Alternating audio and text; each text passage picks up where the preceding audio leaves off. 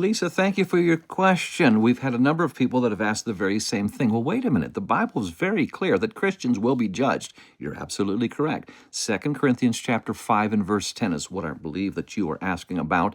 And it does say in one translation, we must all appear before the judgment seat of Christ.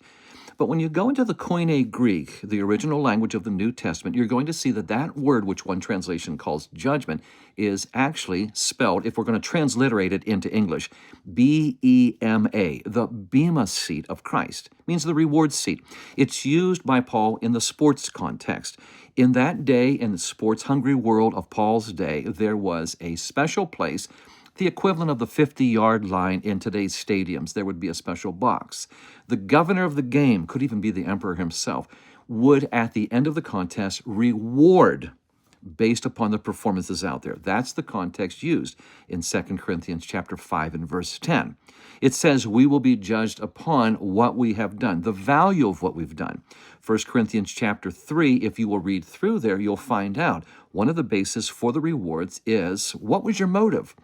Why were you serving the Lord? Was it for selfish ambition, or was it to give it before the Lord? I mean, I think of Luke chapter 14. It tells of those that would serve the Lord virtually anonymously with no recompense. But in the resurrection of the righteous, the Lord says, oh yes, you will be rewarded. Or some people say, but I don't have as much as that person or the opportunities that.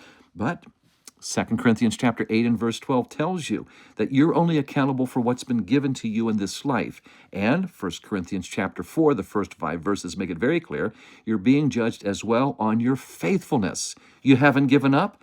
Well, there's a reward. You see so many different passages talking about how we will be rewarded in heaven. That is that judgment seat. It's the Bema seat. Think about this. Matthew chapter 10 and verse 42 says, even giving a cup of cold water in the name of the Lord to help others, you won't lose your reward there. Oh, there's some wonderful promises there. But that's what that's talking about, the reward seat of Christ. Take a look at that in the original language, and that helps clear up this question.